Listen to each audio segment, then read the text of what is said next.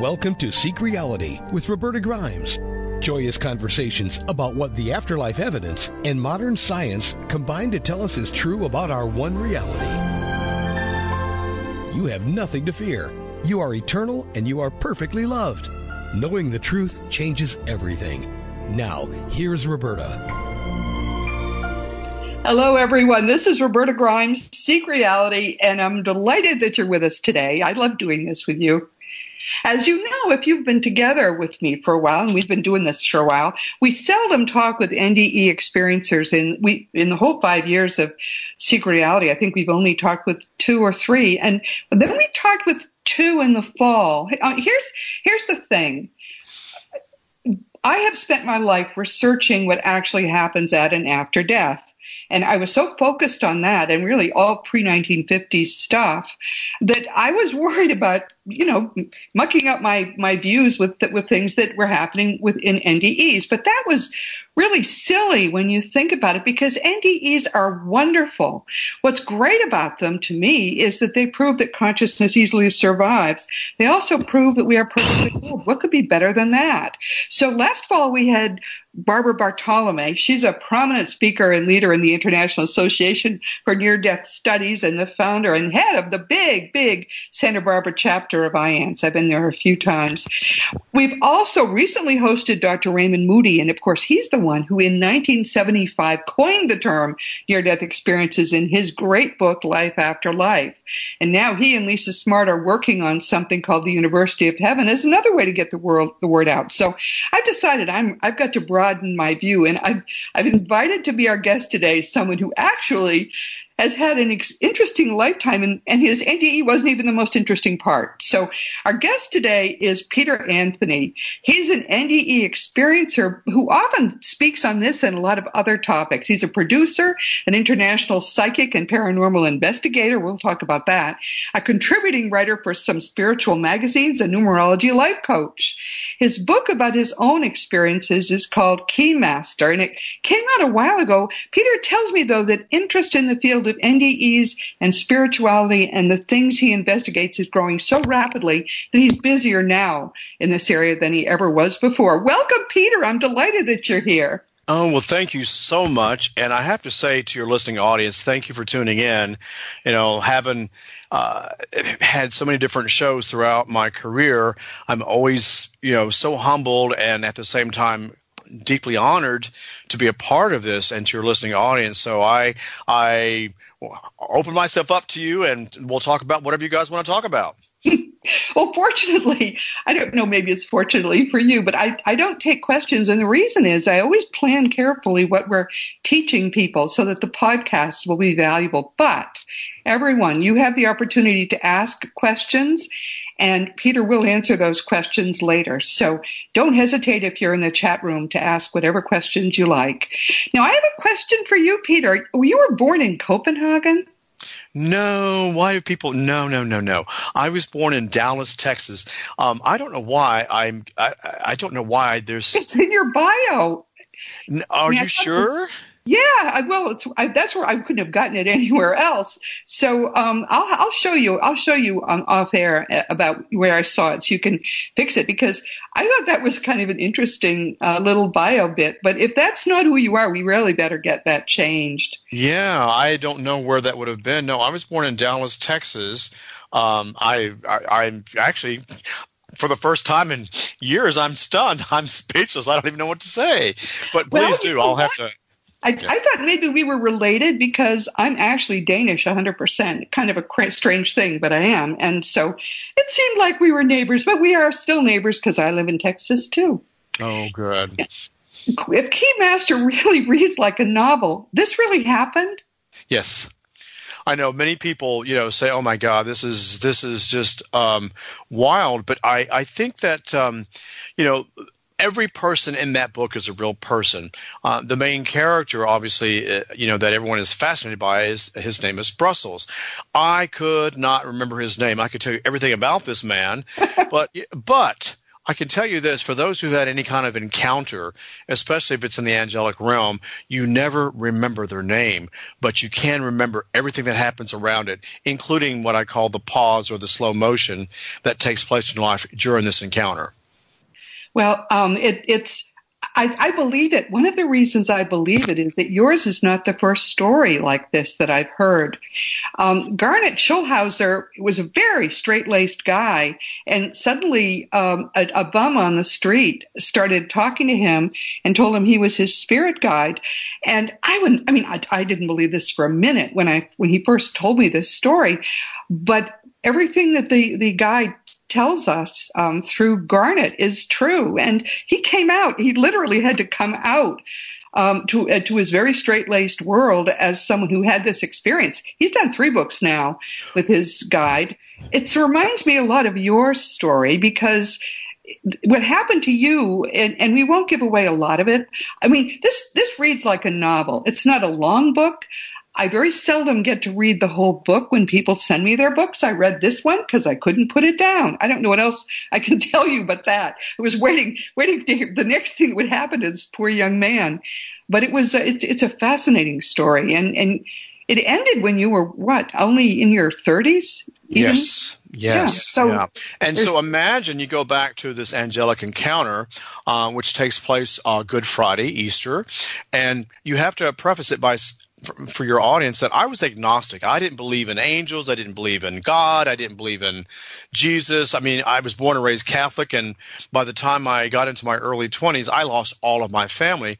So what little bit of faith I did have, it just sort of went out the door, and my life became, you work, you make money, you get married, you have kids, you get a house, you have a fence and a dog, boom. That was your story.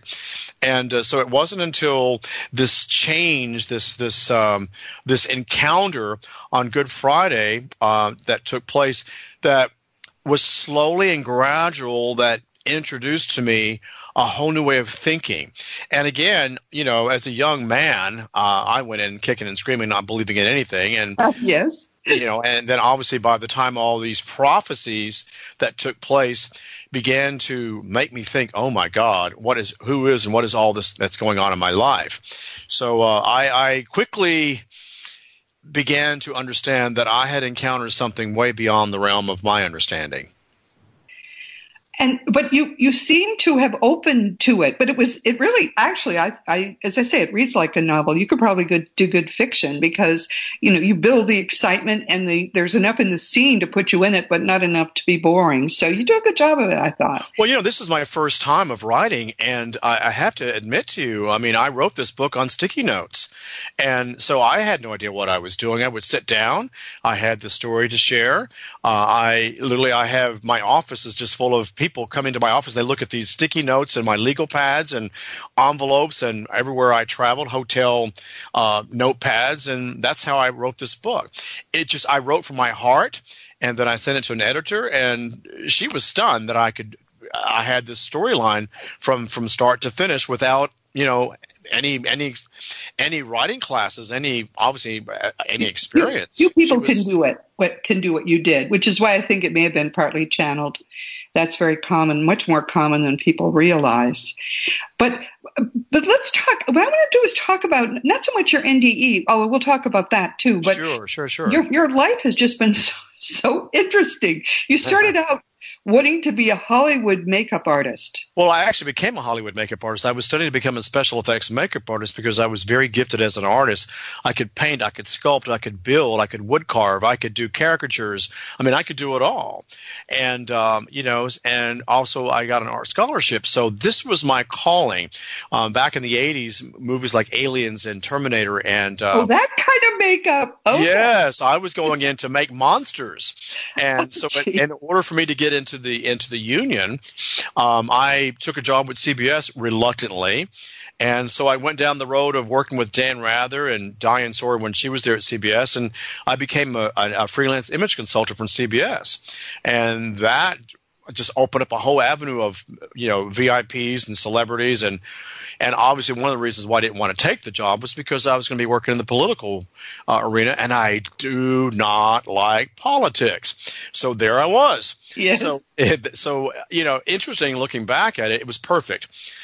Because I think part of my near-death experience afforded me the opportunity to look down at the planet and see where our country and the world was going politically. So for me, it was kind of a good undertone to begin with. Yeah, well, I'm another person who can't stand politics to the point where I say a pox on both their houses. We don't have a political party at all now. That reminds me of something else I wanted to ask you, and then we're going to venture more into what you've been doing more recently. But Brussels, just to set the scene, everyone, Brussels is this very tall guy with white hair who's dressed a certain way. And or you want to describe him? You actually saw him, but I really saw him in my mind. Well, Brussels, 6'7", 6'8", white hair, piercing blue eyes. Every time he appeared to me in my life, everything around me just came to a standstill. When I first met him in St. Thomas during Carnival, which is kind of a celebration to Easter, very equivalent to Mardi Gras, I was in a back alley taking a leak, and this man showed up, and it kind of freaked me out. And that was the first meeting and the first encounter that I met him, at the carnival. And he just came up to me and knew about my life and who I was. And it was rather eerie, actually. So I thought this man that I met was a stalker, was Jeffrey Dahmer or Charles Manson. So I did everything in my power to avoid this guy. So when he showed up on Easter Saturday at a place called Megan's Bay, everything on that beach went to a standstill. I remember in the book I described there was a man diving for shells with dreadlocks, and I was watching this man, and everything just paused, as though someone had just pushed the pause button on your DVD player, and everything went to a standstill. Boom, and there he was. And so he began his prophecies with me in my life and where I was going. And at that time, as a young man, I was an introvert. I stuttered. I didn't say much of anything. I was around the wrong kinds of friendships. I have to be honest with your audience. I just wasn't the person I am today, obviously, but I was not my shining example of being best. So yes. He kind of stepped in and in a very gentle way guided me towards a new way of understanding life. But how did he choose you? Do you know that in any more detail, that you were chosen for this man to work with? Yes, I have to go back a little bit here. I've had an encounter with this man for 26 years on Easter weekends. So you think about this started in St. Thomas, Good Friday, Easter Saturday, and Easter Sunday. And if you read the book to its end, you also takes you to Laguna on Good Friday. And my last encounter was 2007, Good Friday, atop Idlewild on the San Jacinto Mountains. So throughout these 26 years of this man in my life, he continued to educate me on feminine consciousness, the rise of women in power, not only politically, but women in general. He educated me on thought manifestation. He educated me on choices, how important all of our choices are. There are no victims on this planet. Everything is based upon your choice, and whatever choices you have in life. If you're in a bad relationship, that's your choice. If you're in a bad job, that's your choice. You are given a choice every day to make something work in your life. And so once I tapped into understanding what choice is really all about, my life began to unfold to where I am today. But the sense I got was that there was work you were to do. Do you think you're doing the work he called you to do? Oh, absolutely. Of course, at the time, I didn't know what he wanted me to do. I thought, like I said, I thought anything but an angel. I really do believe this man was my guardian angel. And for those who have had encounters with an angelic being, you can't explain it. The only thing that you can explain is the white hair, the blue eyes, and that everything does go on pause moment, and you never remember their names. But everything after that point, your whole life changes. I mean, your sense of taste and smell and touch your sense of appreciation, your sense of people and kindness are heightened because of that encounter. And do you know anybody else who's had the same experience? Yes, Dan Millman. Really? Can you tell us a little about that? Well, yeah. I mean, the Peaceful Warrior. I mean, I didn't realize until producers came to me when they were shopping my book for a movie. Producers came down here and met with me and asked me if I had read Dan Millman's book, The Peaceful Warrior. I said, I have no idea who he is. And he was the same thing. He called his encounter Socrates. He could not remember his name. He described the same being, the white-haired, blue-eyed, elder gentleman, very articulate, and had him focus on thought and consciousness and choice. So his was in the 70s. Mine was in the 80s. And so I've spoken to other people who also have had encounters with what I call the Nordic angel, the tall, blue-eyed, white-haired angel. And I met a woman who came to one of my lectures in Los Angeles, and she was in a concentration camp, and she had an encounter with the Nordic angel. She called him the Schlüssel, the keymaster. And so my whole world was just shocked when she came to my lecture and spoke of this man that she had encountered in the concentration camp. So it was quite a fascinating story. So do I believe in angels now? Absolutely. Do I believe that I was chosen? Absolutely. As are so many on this planet. The only difference is I listened and I did something with the homework that was given to me. It's true that many people are having experiences that they don't share. Only if they really trust you will they tell you. I tell people about my experiences, and then they will tell me theirs, which are often even better. But you have to understand, Roberta, that people are judged because of these things, and they don't feel safe sharing their stories. So when someone like you or I comes along and shares a story, may happen to be at a lecture, it gives people the freedom to share their story where they don't feel like they're nutcases. Yes. Because, we might as well talk about we had dinner with the Loch Ness Monster on top of a UFO, or inside of a UFO. That's how people look at it. It's a feeling, though. I mean, it isn't only that we don't want people to look at us funny, but it's also because these experiences are so precious and extraordinary. We don't want anyone to disparage them. Don't tell me that didn't happen. I know it happened. I was there. And that's how I can tell you feel, too, about what happened to you.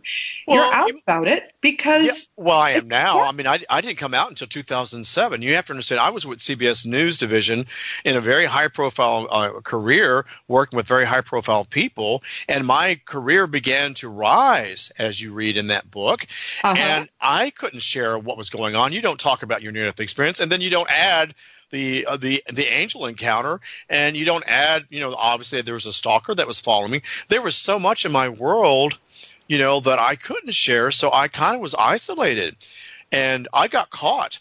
I became the country's youngest paranormal investigator. So from the time I started working on homicide cases as a psychic, I didn't tell anybody. I wrote my book. I didn't tell anybody. I got caught in 2007. My boss came to me and said, I saw you on television. And she asked me, are you a ghost chaser? And I thought, well, I guess I might as well come out of the closet. I said, yeah, I've been doing this, since the 90s. And she was stunned. And then I told her I was giving her my 1 year's resignation. And she asked me why. It's because I'm writing a book. I'm moving back to California, and I'm going to go on a book tour. She thought I was a nutcase. Yes. And then I add the near-death experience, and I add the angel. I mean, there was a lot. I actually, it was the best moment of my life because it set me free. And I don't walk in the opinion or the shadow of anyone's opinion no longer. I'm proud that it happened to me. I share my story. And by doing so, it has allowed other people to come forward and share their stories with me. Yes. No, it's a wonderful thing. Now, people are listening and who are listening are wondering, what is this angel? And I've thought a lot about it, while I was reading your book, because everything that happens to the reality, we call it the greater reality, which is all that exists, is enormous and complex, much more so than is the universe. So all these things fit in, but it's hard to know where. There are very high-level beings spiritually, which tend to appear to people they're usually glowing. You didn't see glowing though, did you? I mean, I think I did, absolutely did. Yeah, I saw glowing. And I go a lot more into that in my second book, The Accidental Prophet. And I go into the glowing. I go into the gift of synesthesia. In other words, able to see not only the auras around people, but also around the animal kingdom. About auras too. We may have two programs here. Yeah. But just to finish that thought, these tall beings, which often glow in a color, will appear sometimes to regular people. My mother, when she was she was supposed to die. She didn't. She was in her late 80s. And she told me one morning when I went to visit her after all of this happened, I'm going to live longer, or I'm going to be here longer. And I said, well, how do you know that? She said, because the tall guy told me. What tall guy? Well, she had one of these beings visit her. She told me all about it. She had never heard of them. She had no idea what that was. So everyone, this can happen to anyone. These very advanced beings, we can call them angels, we can call them guides, we can call them whatever we want to. But the point is, what happened here to Peter was real. It was real. And it's amazing and wonderful that you responded to it as you did. Not initially, maybe, but pretty quickly. You Well, I went kicking and screaming. I mean, it really didn't happen until I came back and left the islands and came back. And, in the book, he prophesied that I was going to meet the Pied Piper. And of course, there she was on October the 15th, which he also predicted that October the 15th would be a landmark date in my career, which it has been throughout my life. And there she was, this beautiful woman that just came into my life. And I just got off the phone with her right before I had a conversation with you. She's been my guide, my teacher, my best friend, my soulmate since 1983, 84. Right. Wow. That's Nora in the book. Yeah. So, yes. Yeah. So just as I said, I mean, a great woman, just the best thing that ever happened to me. Talk about serendipitous. Someone walked across my path and has been with me at a hello since that day. Yes. Well, she sounds like she would be a lovely person for anyone to know. Yeah, anyone. Absolutely. When you meet her, you love her. Okay. I want to talk to you about something that I disagree with Brussels about. Sure. And I wonder if you can, in a playful way, talk with me about this. Sure. Brussels said humankind has the opportunity to shift this planet into a new consciousness in 1987, 1992, 1994, 1997, 1998, and 1999. If the shift is ill-treated, the year 2001 will be a detour. Now, that sounds as if, I think he also said something about towers, too. I mean, it sounds as if he was prophesying some realities, but he seems to believe that women are the key to changing the course. Now, we know, just parenthetically, we know that there's an effort now, it has been for more than 100 years, to raise the consciousness of this planet. Many people, including you and me, are working very intensively to raise this planet's consciousness. But women, for Pete's sake, Brussels, what are you talking about? I think the word he chose throughout the book, and that I still speak on it to this day, is called feminine consciousness. So let me repeat that word again. The word he used was feminine consciousness. Feminine consciousness is kindness and love, and not saying there's, that men don't have that, but I think women tend to be more intuitive. I think they listen to their hearts and their what I call the female voice a little more than men. Men are more logically based. Women are more intuitively based. And so as I learned to understand feminine consciousness, and especially in my industry and being in the television film industry, the women that I got a chance to work with, and you see my resume, I have so many great actresses and television personalities and political leaders. They all seem to be women of power, and their stories and their backstories and how they got to where they were was just, to me, was amazing. But what I noticed, they never lost their femininity. They never lost that beautiful spirit of I later would see women who would rise in power, and they became more aggressive and more dominant and more back-cutting. So you kind of lose that part of the feminine consciousness. I think we have the yin and the yang. We balance with the male, the masculine energy, and we balance with the feminine or the yang, energy. So this perfect balance of the yin and the yang, or the feminine and the masculine consciousness, I think is what Russell is referring to. And the shifts of consciousness that he spoke of were actual dates that had a lot more to do with where the shifts of consciousness were going.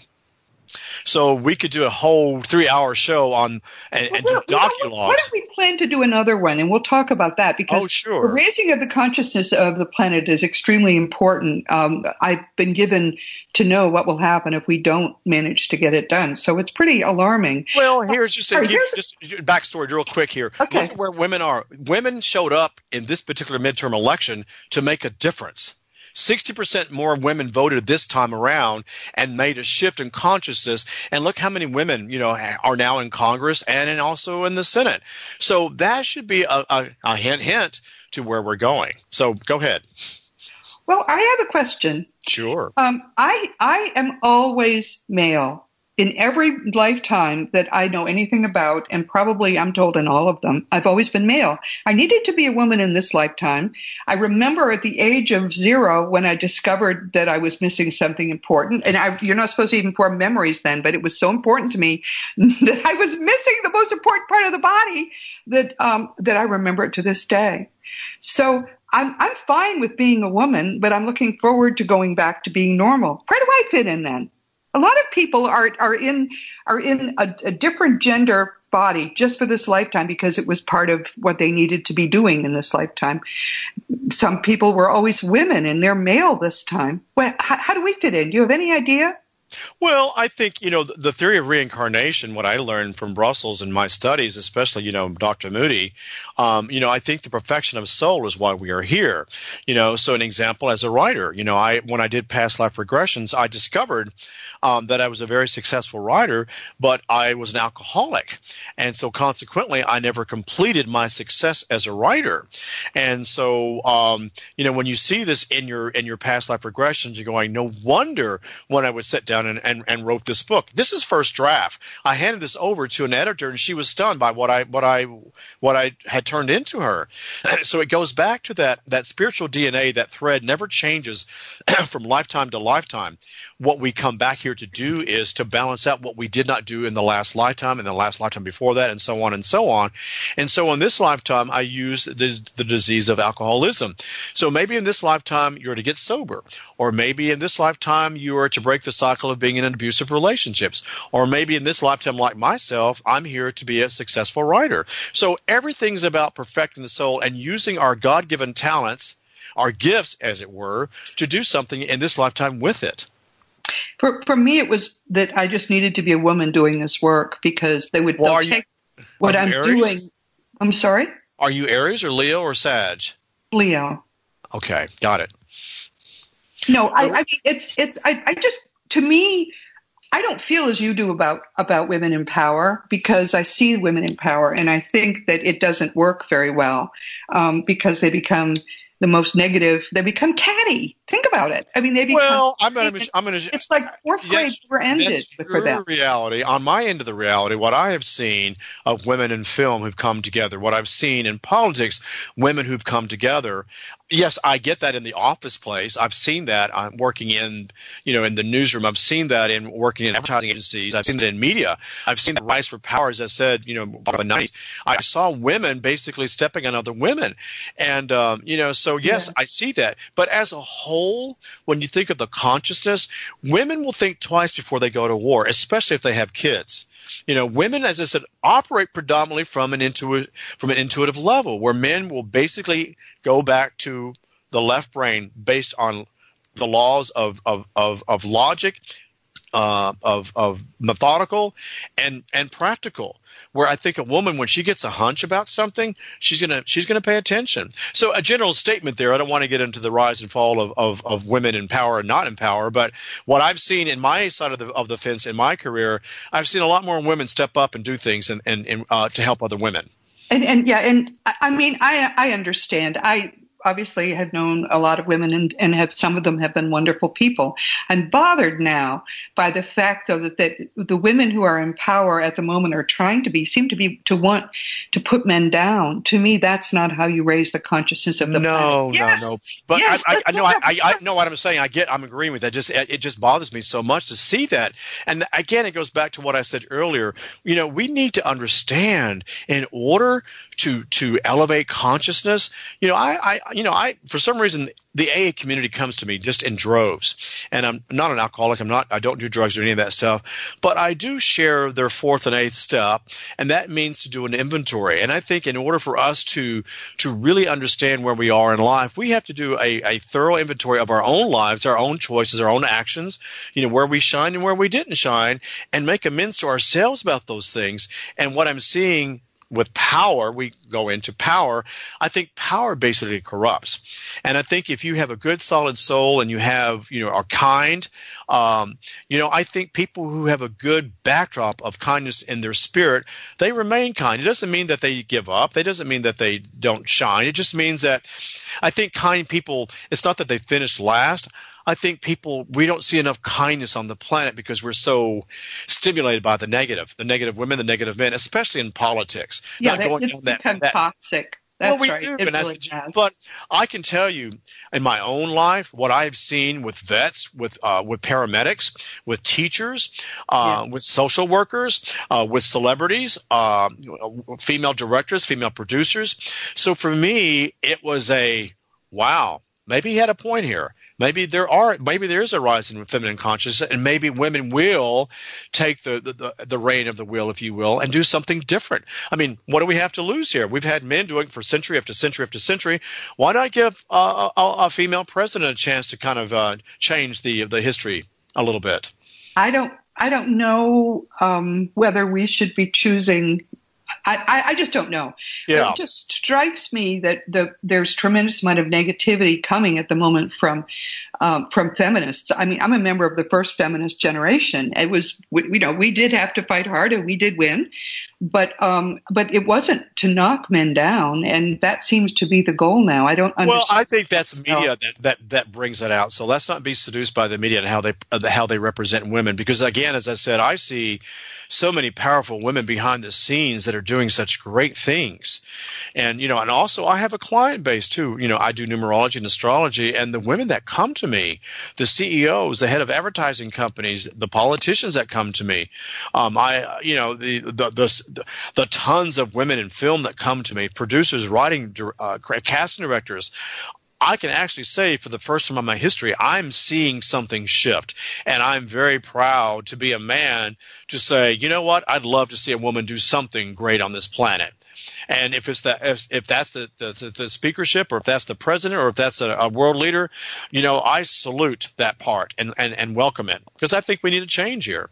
I do think we need to get away from being warlike, and if that's contributed by women, that will make a huge difference too. But let's talk a little more about the Accidental Prophet is coming out, right? It's not out yet. No, I've got 2 more chapters before I'm finished. And is that going to cover the next period of time in your this book? I should tell you, I'm waiting to see how it turns out. You know how you do when you're reading a book that you're really into, and then I turn to the last page and it says "to be continued," and I literally did look at the other pages, the blank pages beyond. I can't believe he did this. So, well, it's an old, being in the television film, industry for so many years, it's called the cliffhanger, right? Yeah, it certainly was a cliffhanger. So yeah. And this is the successor. This is the continuation, right, of that book? I tell you what, page 1, book 2 picks you right up there in Laguna, right there with Brussels, right there going up those steps to Pacific Coast Highway number 1. And it takes you all the way to September the 11th, Tuesday, where I'm supposed to be at the World Trade Center lecturing on how to make more money in the television film industry. Wow. And then book 3 picks up there and takes you back in history to World War II and takes you all the way up to the assassination of John F. Kennedy. Okay, so every time you get one of these coming out, put me on your list because I think I want to continue to read your books. So now talk a little bit about your NDE because people are interested in them. I read it, but it was a lot of visions, as I recall. Oh, my God. Well, that's a loaded question, and your audience, here goes. I clinically died on November the 11th at 11:11 p.m. for 11 minutes in operating room 11. Oh, geez. I know. So there are all those 11s there. So let me just, saturate your audience with the 11:11. I was misdiagnosed 7 months earlier. I was diagnosed with a stomach ulcer, and I was taking Tagamet. And at that time, I was in the height of my career. And, most of us who are in the entertainment industry, we don't take vacations. We go off 3 months, 4 months, 6 months at a time. And me, I was the it boy, and I was traveling around. Not only was I working with CBS, but I was also a freelance image consultant. So I had a big, huge celebrity following, and Macy's Parade, Thanksgiving, Christmas, the Golden Globes, whatever it was, I had no life. I didn't have time to go to the doctor, so I just popped the pills, thought they would cure me. So by the time I got to the hospital on November the 11th after a wrap party, I had an intestinal, it's called a perforated viscus, an intestinal rupture. I began to bleed internally. And in the middle of the AIDS epidemic, no doubt, they thought because I had lost so much weight and I had these spots on my face, and because I had changed from my suit into some thrift clothes because I was bleeding all over myself, they thought I was homeless. So when I got to the hospital, rather than check me in, they pushed me down a corridor and left me there to die or to bleed to death. And so it was kind of a tragic moment. But, people ask me, I don't want to have a near-death experience to go through all the stuff you went through. It was the best part of my life because look what happened. I got a chance to cross over. And I got a chance to believe in God again. And I got a chance to see my life. I got a chance to see myself writing books, plural. And I got a chance to see myself no longer stuttering. And I got a chance to see myself. Yes, that's for sure. Listen to you now. Wow. I know. I just, my whole life, the Peter Anthony that went in to the hospital that came out, 2 different people. I have to share this with your audience. I was a skilled artist. As I said to you earlier in your program here, I could sculpt, I could paint, I could sketch, I could build, I could carve. I can no longer draw a stick figure. So there was good stuff and bad stuff that came out of it. The good stuff was I became a mathematician. So what you're saying is that the experience reoriented your talents so that you became a mathematician instead of or a numerologist instead of someone who has artistic talent. Why did that happen? Do you have any idea? Yeah, I do. There's so many of us who've had near-death experience. So many come back. I have a lady experiencer who came back as a painter, and she paints all these these canvases of her near-death experience. Never had any artistic ability like me. She could draw. Yes, I've heard of that too. People who come back as musicians. There was a guy who had a near-death experience who came back as a pianist. So, who knows why this happens? I don't know if they reprogram us up in heaven and they said, you don't need that anymore. You're going back with this, and this, and beyond. It seems to be something like that. Yeah. Well, I think it's called, the miracle of proof in the pudding, if you will, of being in heaven. People who come back, first of all, they shun us. They don't welcome us. And then we come back with these amazing gifts and they think, well, maybe we should listen to this guy. I had no writing experience, and yet I'm on my 3rd book. Yes. How do you explain that? I worked as a paranormal investigator using math as my guiding principle to solve crime. How do you explain that? So, there has to be something to whatever happened to be on the other side. Yes. And what's important for people to know is that near-death experiences happen in an area which is much greater than the universe. It's called the astral Part of it is where we go and we die. Part of it is a million other kinds of things. It's one of the things we do once when we die through a normal process is we spend time traveling in the astral. And that's like the most fun you can imagine in your life, because literally anything. You just think, I want to see this or that. I want to walk with dinosaurs, whatever you want. You think it and you're there with them. So I don't at all think that it's unlikely that this all happened, because you were in this enormous expanded reality where time doesn't exist. So you said your watch was having problems then too. There's no time there. There's no space there. It's all enormous, but there's no space. It's amazing.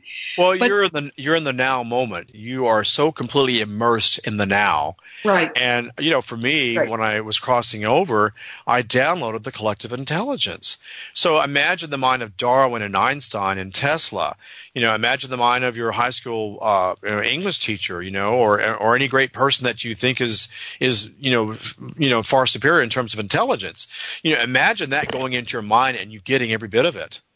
So for me, that was a miracle. But you didn't remember it, right? I mean, people will say, I knew everything, but they said you won't remember it when you go home, and I ended up not remembering it. Did you remember any of it? Oh, if you read my book, look what I remembered in detail. Well, but I didn't see it as focused on that. I really did see you going through a journey, which was really many people who would go through your life would be much more sort of ephemeral in the way that they think or the way they act. But you really seem to be down to earth all that time. And I think that's one reason we can identify so much with you as you're doing it. Because you're not an angel. You're a real person. And whatever happened to Baxter, by the way? Oh, you want to know something? And for those who have pets, and I'm talking about this in my next book, there are pets in heaven. Oh, of course there are. Yes. And so I just rescued. I've rescued two dogs here in the last several months. I just rescued a new little baby. I call her Tennessee. And I have to say to you, you read about the two cats I had. I know for a fact you can say anything you want and discredit me with this. I know for a fact that I have Baxter has returned to my life and Honey has returned to my life. Both those cats are now dogs with me, and they have the same temperaments, the same. My big dog that I refer to as Baxter, I don't know how many dogs you have that before they go to do their little business outside, he likes to dig like a cat, create this little mound, do his little business, and then he covers it up. Oh, that is really weird. Yeah. And Baxter walked on a leash. So, my cat. Quickly, that Baxter was there was a tragic house fire. He had two cats, Honey and Baxter, and I kind of liked Baxter. And then Baxter didn't survive the fire. It broke my heart. It broke my heart. And, I just can tell you that, something that was taken from my life returned to my life. I tell you, I look at this dog and know it's Baxter just by the way he talks. Baxter. That's actually right on my shoulder. Uncommon.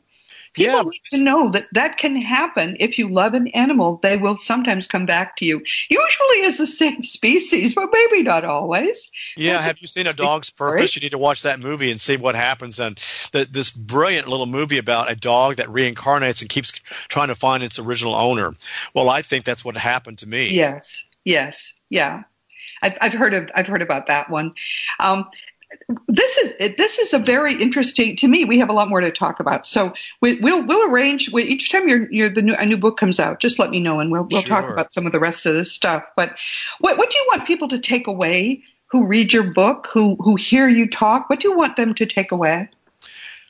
Well, I think my book is a message of hope. And the reason why I say a message of hope is because we've kind of lost that. What we've done, we've gone into this whole me consciousness, my job, my money, my education, my apartment, my me. And we've kind of forgotten the we. And I think, unfortunately, we're in a time in our history where our current political leaders on either side of the fence are more concentrated on what I call the monetary gains. And we've kind of forgot the basic principles of us We've given our power away to people who are so eager to take it away from us. Yes. So I think, if anything, what's falling apart for us on a political level is bringing new awareness on another area of our life. I cannot tell you how many people I have encountered who I would never have thought would have come forward. There's something I talk about. I just had this conversation with Nora, one of my characters. I say, blessed are the meek, for they shall inherit the earth. It didn't say the red or blue parties. It didn't say the pharmaceutical companies. It did not say in the Bible the oil companies, or for that matter, the Wall Street. It simply says, blessed are the meek, for they shall inherit the earth. And I think what I'm seeing in my world is good, kind people have been stirred to come forward and to make a difference on this planet. So you ask me what my book is all about. My message is about you're going to love, you're going to care, and you're going to put your hand out there and you're going to help people, because that's what you learn on the other side. There is no religion. There is no straight. There is no gay. There is no Christian. There is no Muslim.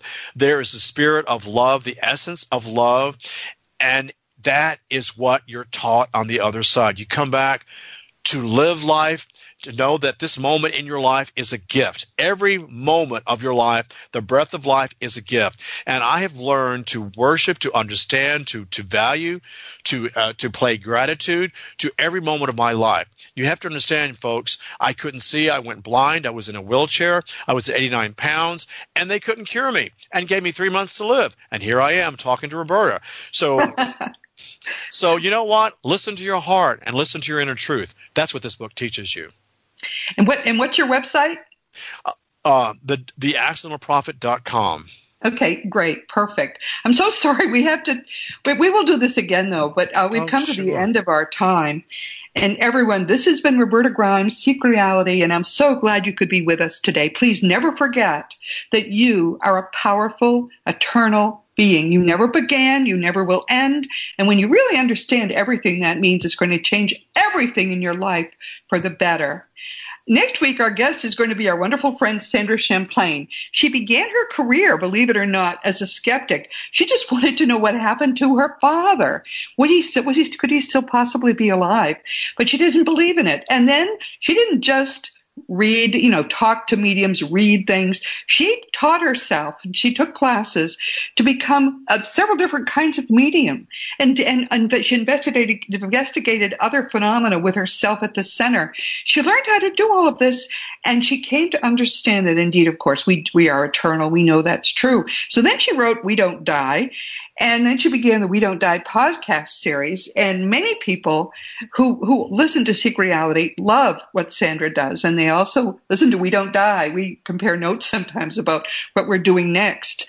And she is now in the process of trying to come up with a way to teach people about these kinds of communication individually in certain parts of the country. She's bringing in Sonia Rinaldi, for example, who is the greatest experimenter with electronic communication who exists, and others. So I'm excited about what she's doing. It's a new idea, and we're going to talk about that.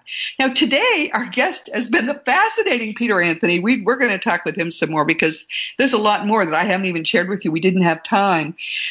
His NDE was important to him, but I think his whole story is one that helps when you really understand what happened to him. It really stretches your understanding of what's really going on. As I say, I group him with Garnet Schulhauser in the way he was touched and his life was transformed, and now he's doing this work. And there are at least 2, maybe 3 interviews with Garnet in the Seek Reality archive, so you could learn a little about him too.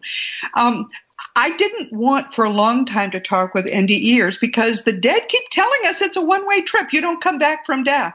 No, but what you do is you go into the astral, which is many times the size of a little place where we, go and it's a one-way trip. And that's all just as beautiful and wonderful. And people like Peter and all these NDEers are in these places. They're learning things they could not possibly learn if they were not talking with the people who really know the truth. So I've become a fan now of NDEs, rather late, but I am. And I'm very, very happy to bring people like Peter to you so you can see just what it does in people's lives. It's transformative. As you know, my nonfiction books are Liberating Jesus, My Thomas, The Fun of Dying, The Fun of Staying in Touch, The Fun of Growing Forever.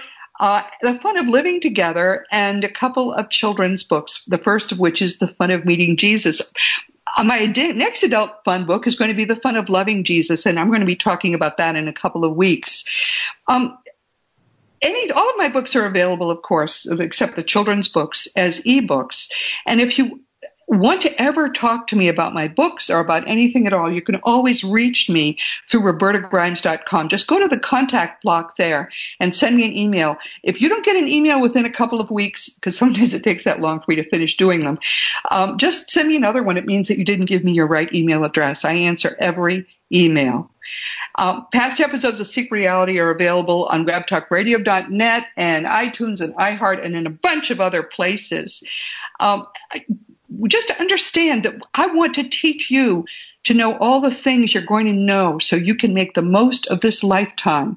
If there's someone you think we ought to talk with, let me know. If there's something you're wondering about or you're worried about, let me know. You are powerful, indestructible, eternal, and perfectly loved, and it's my job to help you see that. Meanwhile, of course, this has been Seek Reality with Roberta Grimes. Please enjoy and make the most of this coming week in our one reality. Always knowing, never forgetting that you in particular are a powerful, eternal being, and you are infinitely loved. You've been listening to Seek Reality with Roberta Grimes. Roberta blogs and answers questions at robertagrimes.com. Join us every week as we explore what the afterlife evidence and modern science combine to tell us is true about the one reality we all share. Knowing the truth changes everything.